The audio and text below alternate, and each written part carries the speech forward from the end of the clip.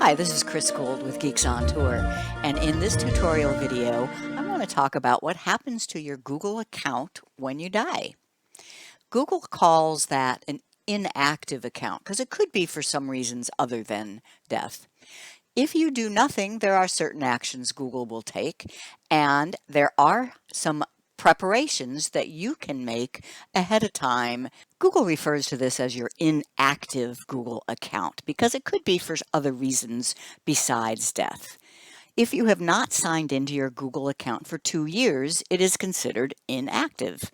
All content can be deleted, the account may be deleted, the account username will be retired, meaning it cannot be used by anyone, including the original owner. You can plan now by setting up your Inactive Account Manager. Let me show you how.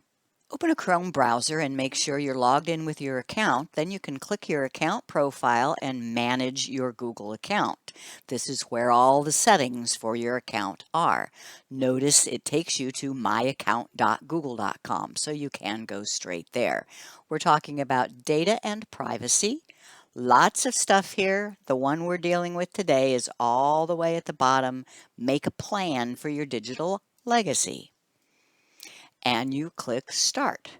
Tell us how long we should wait before we make your account inactive. The pencil shows you that 3 months is the least amount of time. Before we take any action, we'll contact you multiple times by SMS. So you need to have a phone number if you want them to do that. They'll also send you email and maybe your recovery email as well. Click Next. Choose who to notify and what to share. You can choose up to 10 people. Click Add Person and you put in their email address. They will not get an email right now, only when your account becomes inactive, and you can specify what data they can download. So I'm going to say that this person is just going to get my blogger data. Next.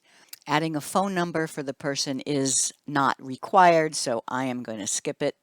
Click Save, and you can add another person and give them access to different parts of your account, or you can give them access to everything. But realize this isn't access where they are actually getting into your account and using it. This is just access to download the data. Next, this is an important one. If you use Gmail, you can also set up an auto reply that will be sent after your account becomes inactive. You can write anything you want here as the subject and the message. You can specify to only send that auto reply to people who are in your contacts. And next. Lastly, you can decide if your inactive Google account should be deleted.